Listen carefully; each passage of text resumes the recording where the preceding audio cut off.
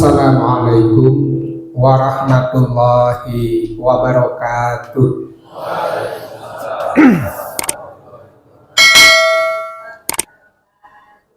Alhamdulillahirabbil alamin alladzi hadana li hadza wa ma kunna linahtadiya laula an hadanallah. Asyhadu an la ilaha illallah wahdahu la syarikalah wa asyhadu anna Muhammadan abduhu wa rasuluh la nabiyya ba'da. Allahumma sholli ala Muhammad wa ala alihi wa ashabihi ajma'in. Ibu-ibu, bapak-bapak yang saya hormati, rahimakumullah. Kita sudah tahu semua bahwa Ramadan ini adalah bulan yang dimuliakan oleh Allah.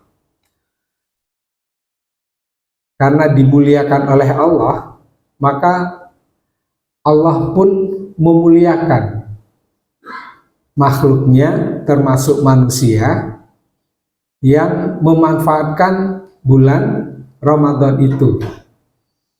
Di antaranya kita mendengar ada hadis, barang siapa yang bergembira dengan masuknya bulan Ramadan, Allah haramkan api neraka menyentuh tubuhnya, menyentuh jasadnya.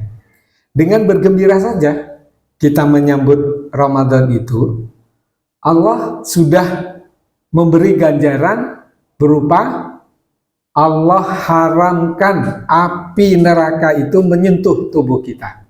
Tuh, dengan bergembira saja. Nah, apalagi kemudian kita menyambut Ramadan itu dengan amalan-amalan soleh yang kita lebih bersemangat untuk melakukannya.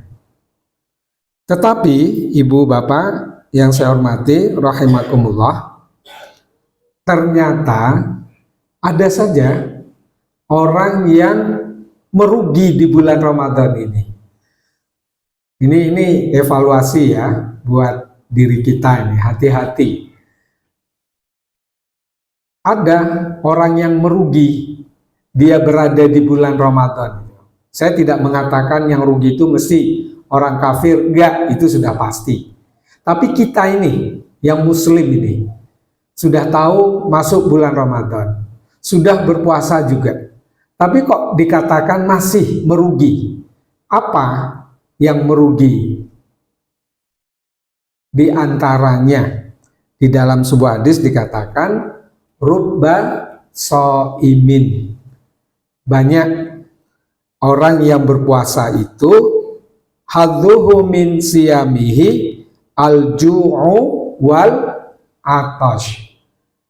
Jadi dia berpuasa tapi tidak dia dapatkan pahala puasanya itu kecuali hanya penderitaan yang dia dapatkan. Apa penderitaannya?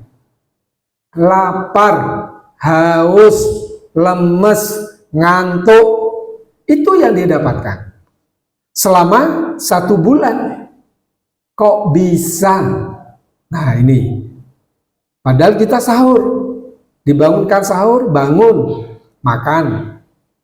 Mau dia tidak makan, tidak minum, sampai kemudian masuk waktu maghrib baru dia berbuka. Tapi nggak dia dapatkan ganjaran pahala itu. Ada apa? Nah ini yang perlu kita hati-hati. Makanya dalam berpuasa itu tidak hanya semata-mata kita tidak makan dan tidak minum, atau yang sudah berkeluarga tidak melakukan hubungan suami istri, bukan hanya semata-mata itu puasa itu. Tapi juga ada perbuatan-perbuatan lain yang dilarang, tapi kadang kita sepelekan, dan itu kita lakukan. Contoh, masih mudah sekali kita itu ngerasani orang lain, menggunjing. Yang kedua, mudah sekali kita itu kadang berbohong. Yang ketiga, ini diantaranya ini yang paling banyak ini, hati-hati ini. Sebab di semua kita ini hampir punya HP. HP-nya punya akses ke internet. Apa saja bisa dia lihat, bisa dia baca. Apa yang paling banyak dibuka ketika dia bisa membuka informasi lewat internet itu? Banyak yang tergoda itu buka film-film, YouTube, dan lain sebagainya. Tapi kadang yang asik yang dilihat yang seperti apa filmnya, itu yang porno-porno itu. Ini kadang masuk dalam kehidupan kita seperti itu. Iya, kita puasa, betul, gak makan dan minum, tapi kita melakukan aktivitas seperti itu. Itu yang kata Rasulullah, puasa kita itu menjadi sia-sia. Kan jadinya rugi.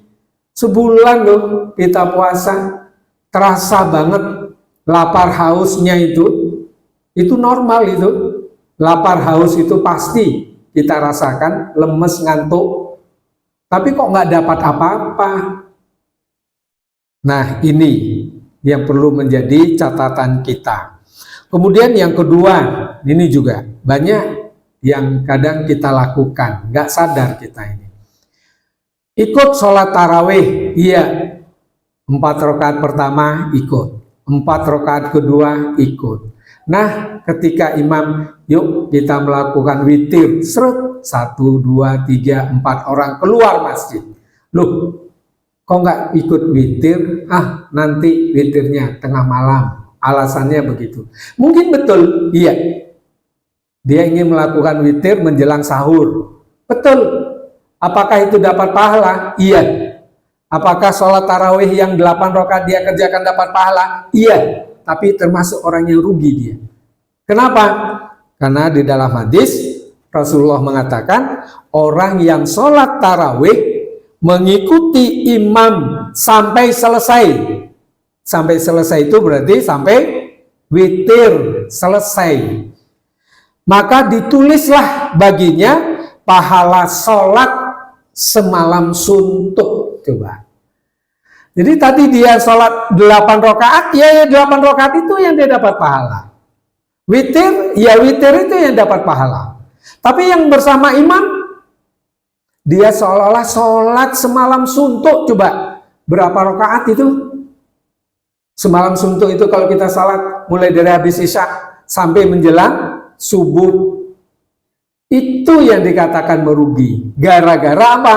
Dia nggak ikut sholat tarawih sampai imam selesai. Nah, was. Jadi ini kadang saya sudah melihat beberapa masjid masih ada jamaah yang seperti itu. Yuk, kita rubah perilaku kita seperti itu. Ikuti. Kalau kita sudah berniat mau jamaah di masjid ini, ya sampai selesai. Jadi nggak usah dipisah antara tarawihnya sama witirnya, sekalipun dia mengerjakannya di ujung malam. Nah yang ketiga, jarang dia membaca Al-Quran, padahal ini bulan Ramadan.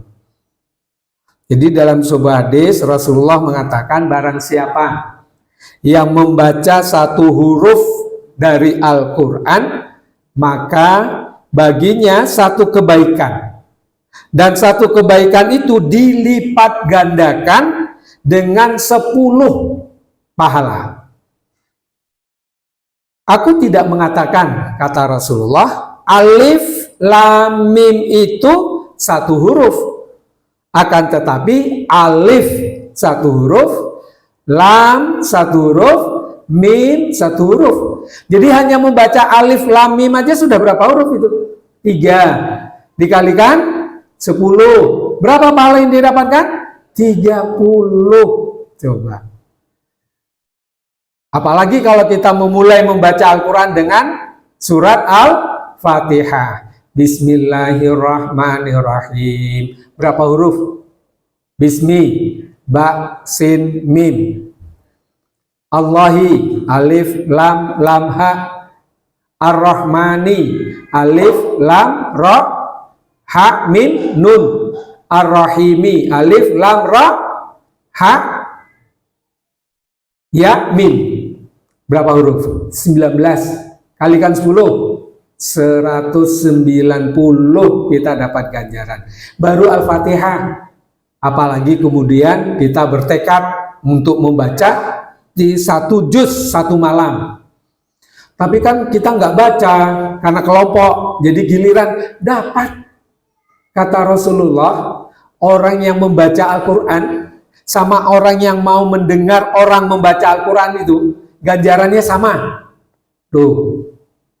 Jadi bapak-bapak, ibu-ibu, kalau nih sampai saat ini belum bisa baca Al-Quran, jangan khawatir tidak dapat ganjaran pahalanya. Duduk saja di samping orang yang membaca Al-Quran, dengarkan sama. Yuk, mumpung ini Ramadan. Tapi jangan disambi, duduk tapi buka-buka HP. Ya namanya nggak mendengarkan itu sama saja dengan membaca atau membuka HP, bukan. Apalagi kemudian dengan 5 menit kemudian tenggelam dalam mimpi. Ya sama saja. Nah, mari kita manfaatkan. Allah menjanjikan kepada kita ganjaran pahala yang luar biasa di bulan Ramadan ini. Jangan sampai kita termasuk orang yang rugi. Mudah-mudahan kita semua dimudahkan Allah untuk melaksanakan amal ibadah yang baik serta ibadah puasa kita juga yang benar, sehingga di akhir Ramadan kita betul-betul mendapatkan ganjaran pahala seperti yang dijanjikan oleh Allah. Demikian, lebih kurangnya saya mohon maaf.